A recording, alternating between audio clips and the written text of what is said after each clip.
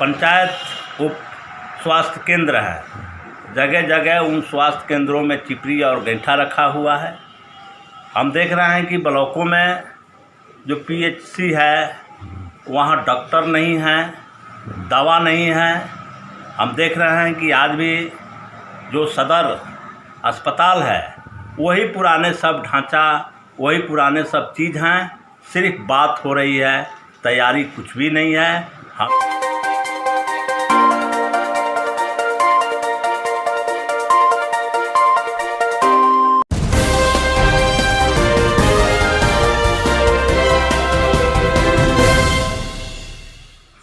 Sir, आपका बहुत बहुत स्वागत है न्यूज़ फोर्स में। सबसे पहले तो जी, आपको भी स्वागत है और नए वर्ष के आगमन पर पूरे बिहार और देश के लोगों को भी हम स्वागत करते हैं, धन्यवाद देते हैं।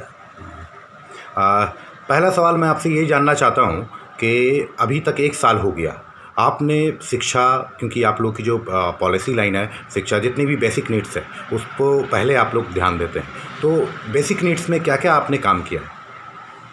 सबसे पहले तो मैं बताना चाहता हूँ कि ये मेरा 17वां वर्ष है विधायक का और इस दौरान हमने बहुत सारे काम किए हैं और शिक्षा पर तो लगातार अभी पिछले टर्म में सबसे पहले हमने सभी उच्च विद्यालयों में, मध्य विद्यालयों में पंखा लगवाने का काम किया।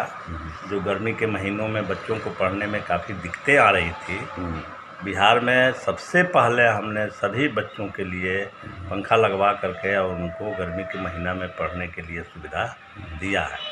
हमने अपने क्षेत्र में काफ़ी संख्या में उच्च एवं उच्च माध्यमिक विद्यालयों के भवन का निर्माण हमने कराया है और अभी काम चल रहा है। मध्य विद्यालयों का भी भवन के निर्माण कराया है।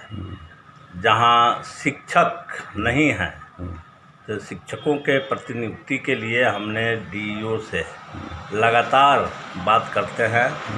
अब सरकार के तरफ से शिक्षकों की नियुक्ति अभी तक नहीं हुई, जिसके चलते जितने उच्च विद्यालयों को अपग्रेड किया गया है वहाँ इंटर में, +2 में पढ़ाने के लिए शिक्षक नहीं है, जिससे हमारे बच्चों को काफ़ी परेशानी का सामना करना पड़ता है। परिस्थिति तो यहाँ तक आ जाती है कि बिना क्लास किए छात्र परीक्षा दे रहे हैं। तो यह एक शिक्षा की सबसे कमज़ोर सरकार के तरफ से ये उपेक्षा की बात दिखाई पड़ती है और हम लोग कोशिश कर रहे हैं कि सभी विद्यालयों में और ख़ास करके +2 में जो शिक्षक का अभाव है वो शिक्षक को सरकार पूरा करे ताकि हमारे बच्चे ठीक से पढ़ लिख सकें। अच्छा, अभी प्राथमिक विद्यालय में आज भी बिहार के मैं कई जगह पे मैं देख रहा हूँ कि लोग बोरा पे बैठते हैं, तो ठंड का मौसम है, इसको लेकर के क्या आपने आवाज़ उठाई है या कुछ आप लोग क्या सोच रहे हैं इसको लेकर के? हमने सरकार से लगातार हम ये मांग करते रहे हैं, क्योंकि हम देख रहे हैं कि सरकार के शिक्षा के प्रति उपेक्षापूर्ण रवैया साफ साफ दिखती है और इसीलिए हमने पिछले सत्र में हमने ये मांग किया, क्योंकि इस विद्यालयों के दुर्दशा को ही ध्यान में रख करके हमने ये मांग किया कि जब वो प्राथमिक विद्यालय हों, मिडिल विद्यालय हों, उच्च विद्यालय हों, इन सभी तरह के विद्यालयों में मंत्री, विधायक, एमपी, अफसर के बेटा बेटी पढ़ते हैं तो उसका सुधार हो जाता है। लेकिन उनके तो बेटा बेटी अलग पढ़ते हैं, पढ़ते तो हैं गरीबों के, और गरीबों के प्रति लोगों के दृष्टिकोण और नज़रिया ही गड़बड़ है। बिल्कुल कहीं से उनके प्रति उनका सकारात्मक सोच नहीं है। हम देख रहे हैं जब कभी भी गरीबों की बात हम उठाते हैं तो उसको रोकने की कोशिश होती है या उसको अनसुना कर दिया जाता है। तो इससे साबित हो जाता है कि गरीबों के प्रति सरकार के दृष्टिकोण ठीक नहीं है सरकार के एजेंडे में गरीब नहीं है, यह बात साफ साफ जाहिर होती है। फिर भी हमारी लड़ाई जारी है और हम कोशिश कर रहे हैं कि गरीबों के बच्चों को वो प्राथमिक विद्यालय में भी सुविधा मिले। अब सरकार क्या प्रचार करती है? अब वो खिचड़ी की प्रचार करती है कि हम खिचड़ी दे रहे हैं, लेकिन पढ़ाई तो नहीं होती है। तो खिचड़ी से तो समाज नहीं बदलेगा, पढ़ाई से समाज बदलेगा। मुझे ये बताइए कि अभी ओमिक्रॉन को लेकर के जो कोरोना का नया वेरिएंट आया है कि आपके क्षेत्र में, क्योंकि पिछली बार ऑक्सीजन को लेकर के बहुत ज़्यादा परेशानी हुई थी, तो कितना आपका क्षेत्र और आप तैयार हैं? और हम लोग शुरू से, मैं एक पहला व्यक्ति हूँ, अपने को पहला व्यक्ति मानता हूँ कि जब कोरोना संक्रमण का प्रभाव बढ़ा और हमारे बिहार के जो मजदूर भाई जो दूसरे प्रदेशों में जा कर के मेहनत मजदूरी करके अपनी जीविका चलाते थे, लॉकडाउन होने से हज़ारों हज़ार किलोमीटर पैदल चल करके सारे लोग बिहार आ रहे थे।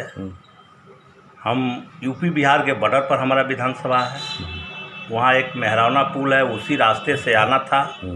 बिहार सरकार ने रोक लगा दिया कि बाहर से कोई बिहार में नहीं आएगा। बजाब्ता पूरा फोर्स लगा करके रोक दिया गया था। मुझे सूचना मिली, मैं वहाँ गया और हमने प्रशासन से बात की कि क्यों इन लोगों को रोका गया है। तो सरकार का निर्देश है। हमने कहा, साफ शब्दों में यही बात कहा कि तब एक काम करिए कि सरकार से ये भी निर्देश ले लीजिए कि सतदेव राम को भी मारना है गोली, इसलिए कि सतदेव राम इस निर्देश को तोड़ेगा। और यह कह करके हमने 10 मिनट उन लोगों को टाइम दिया। उसके बाद हम लोगों को लेकर के बिहार में चले आए और उस दिन से हम 15 दिनों तक जिनको कोरोना बम कहा गया था उनके ही बीच रह करके उनकी देख रेख किए और वहाँ से बिहार के गृह जिलों में, जिनका जो गृह जिला था, वहाँ हमने भेजने का काम किया। नहीं, क्वारंटाइन हुए लोग तो वहाँ भी मैंने काम किया। और जब ऑक्सीजन का अभाव हुआ तो हमने ही सदर अस्पताल सिवान में धरना दिया और धरना दे करके इस सब चीज़ों को पूरा करने की मांग की। हमने 1 करोड़ रुपया लिखा कि ऑक्सीजन प्लांट लगे। काफ़ी संकट थी, इधर उधर से खोज करके 2 गुना 3 गुना 4 गुना पैसा दे करके कहीं कहीं इंतज़ाम किया जा रहा था। वो सारी परिस्थितियाँ थी। लेकिन आज जो कोविड की बात कर रहे हैं, कोरोना की बात कर रहे हैं, सरकार पिछले दिनों से कोई सबक नहीं लिया है, कुछ नहीं सीखा है, कोई व्यवस्था नहीं की है। वो सारी व्यवस्था जस के तस वही है और अखबारों में, टेलीविज़न में बयान है सिर्फ। हम लोग देख रहे हैं कि आज भी गांव में जो पंचायत उप स्वास्थ्य केंद्र है, जगह जगह उन स्वास्थ्य केंद्रों में चिपरी और गैंठा रखा हुआ है। हम देख रहे हैं कि ब्लॉकों में जो पीएचसी है वहाँ डॉक्टर नहीं है, दवा नहीं है। हम देख रहे हैं कि आज भी जो सदर अस्पताल है वही पुराने सब ढांचा, वही पुराने सब चीज़ हैं, सिर्फ बात हो रही है, तैयारी कुछ भी नहीं है। हम ये मानते हैं ये एक पॉइंट पर भी तैयारी नहीं हुई है। या बहुत बड़ी बात बोल रहे हैं कि आप अपने क्षेत्र, आपके भी क्षेत्र में यही हाल है? यही हालात है। हम इसके लिए धरना प्रदर्शन सब करते रहे हैं, लेकिन अभी तक कोई नया चीज़ दिखने को नहीं मिला है कि कोई सरकार के तरफ से नई तैयारी, नई व्यवस्था की गई हो। ऐसा कुछ दिखने को नहीं मिल रहा है। लोग 12 विधायक हैं, आप लोगों ने एक पार्टी की तरफ से प्रॉपर इसको एक ज्ञापन देके क्यों नहीं मुख्यमंत्री से बोला कि फटाफट हमारे क्षेत्र में कम से कम कीजिए? जी, इस पर मेरा ज्ञापन है। मैं ज्ञापन दे करके बात किया हूँ, लेकिन अभी तक उसमें सिर्फ हमारे ज्ञापन देने के बाद एक बात अखबार में आई कि हर विधानसभा क्षेत्रों में 5-5 प्राथमिक उप स्वास्थ्य केंद्र बनाने की घोषणा हुई है। अभी तक उसमें क्या कार्रवाई हुई है वो हम लोगों को जानकारी नहीं। क्या आपको नहीं लगता कि जितने हैं वो उतने ही में अगर उसको सही कर दिया जाए और वहाँ पे डॉक्टर टाइम से पहुँचे? ठेका पर जो बहाली हुई है, उनको मन में आता है तो जाते हैं, मन में आता है तो नहीं जाते हैं। एनएम मन में आती है बात तो जाती है, नहीं तो नहीं जाती है। तो ये तो पूरे एक तरह से इस ढंग के भी अराजकता है। इस पर भी कोई माने कड़ा कमान हो और व्यवस्थित हर लोग जहाँ हैं वहाँ काम करें, ये भी नहीं है। कानून व्यवस्था के मामले में भी हम इसको कानून व्यवस्था के तहत देखते हैं कि अगर माने स्वास्थ्य विभाग का, स्वास्थ्य प्रशासन का अगर कड़ा निर्देश होता तो निश्चित रूप से ये लोग भी जाकर के काम करते, लेकिन वो नहीं है। और मैं कह रहा हूँ कि जो 2020 में स्थिति थी, आज भी वही स्थिति है। उसमें कोई बदलाव किसी प्रकार का नहीं दिख रहा है, कोई नया माने तैयारी नहीं दिख रहा है। बस भगवान भरोसे है, लोग मरेंगे या बचेंगे।